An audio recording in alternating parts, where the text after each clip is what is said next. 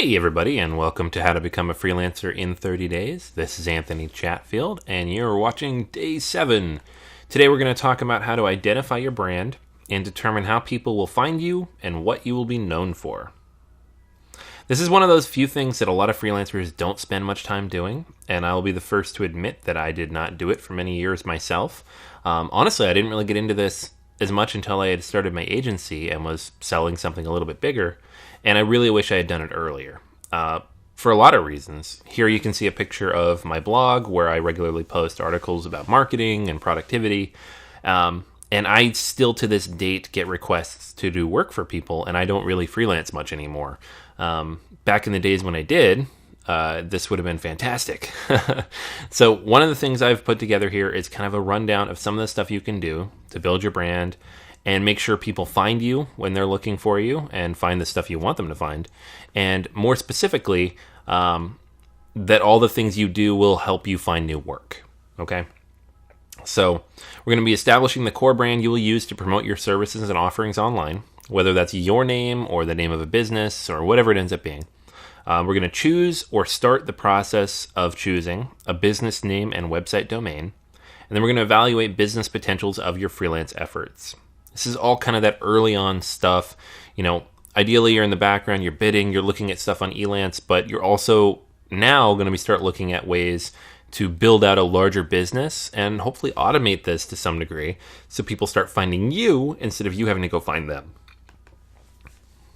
All right. So one of the first things you have to do is prioritize your day with an action plan. This is kind of stepping out of today a little bit, but it's something I really wanted to talk about because I'm throwing a lot of stuff at you. And, I know it's a 30-day plan. And part of the problem with a 30-day plan is that you want to jam a lot into it. But realistically, you only have so much time every day. I'm assuming that you have a job, you have other responsibilities, and you're trying to learn how to do this and slowly ramp your way into it. And you can't just not bid on work or write things or design things on days when you're currently working on this. So before we continue, you want to start breaking down your time each day. And the first priority is always going to be to complete any paid work you have on the docket. Getting that work done as quickly and as efficiently as possible is one of the easiest ways to build your reputation as a freelancer. You'll get repeat work, you'll get referrals, you'll get good feedback.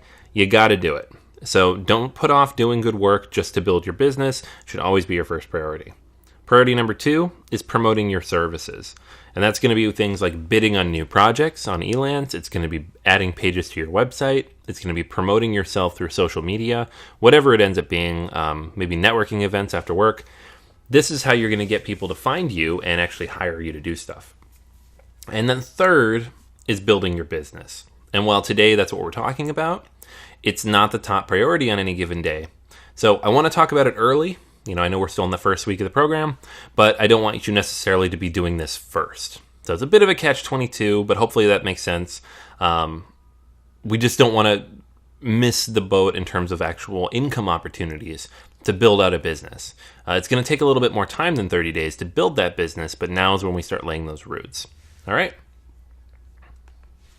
So first things first, let's move on. That's kind of my little de facto disclaimer to get going here. But let's move on with today's stuff.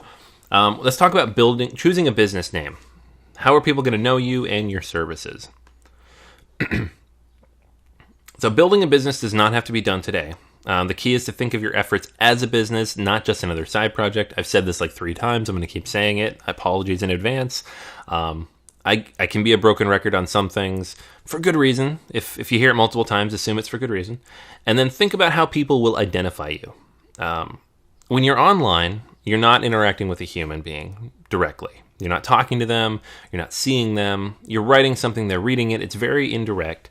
So you need to build a brand, something that people can remember you by. Some way for them to immediately identify the quality and purpose of what you're doing without having to jump through all the extra hoops. You also want to be telling a story, whether it's your story or your business's story or some story that you've developed that you feel is going to help sell what you do. And it all starts right here with building a business and choosing a name. So the name should be catchy and simple.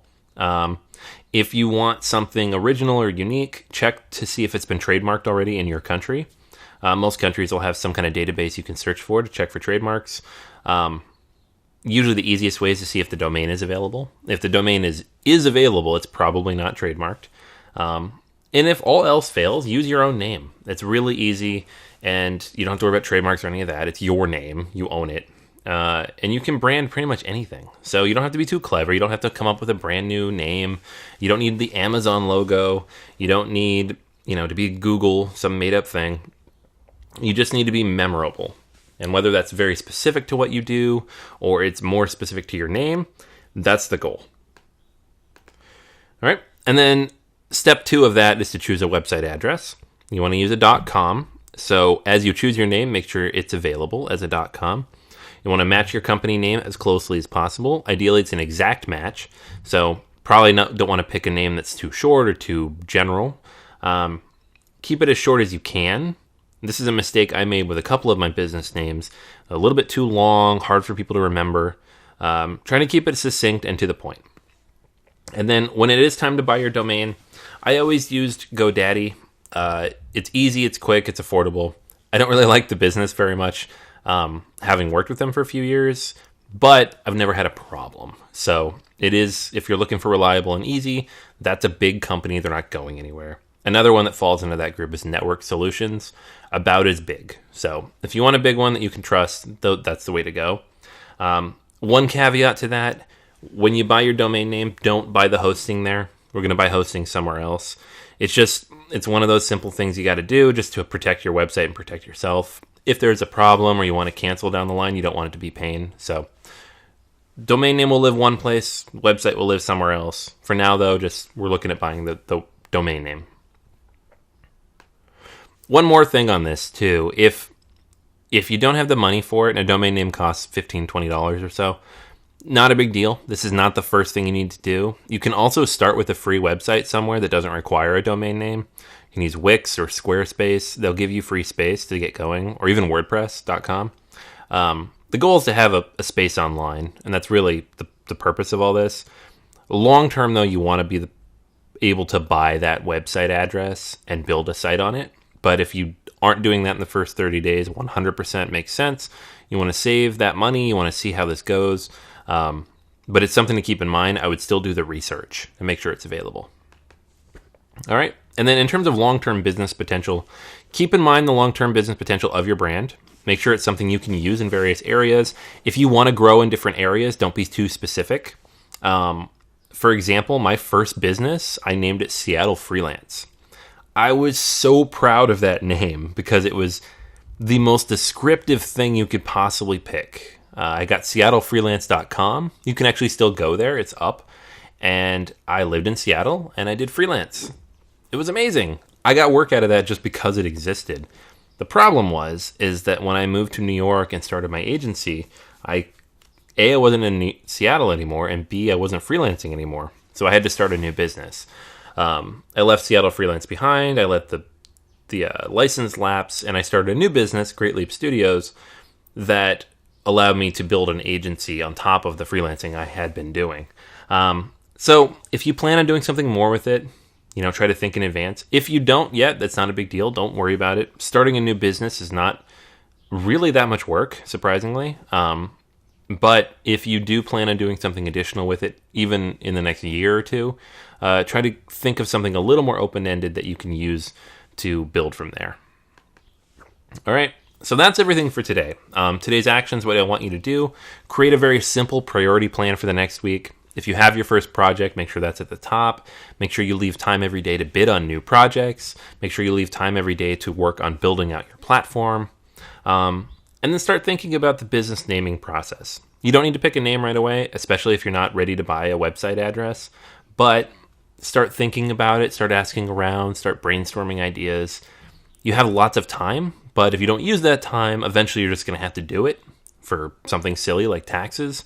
So you might as well get it started now. You have a lot of time to work on it and think of something really good. All right, so that's everything for today. Make sure you leave any comments or feedback or questions you have here with this episode. If you have any additional feedback from me directly, feel free to reach out, and I will absolutely get back to you as soon as possible.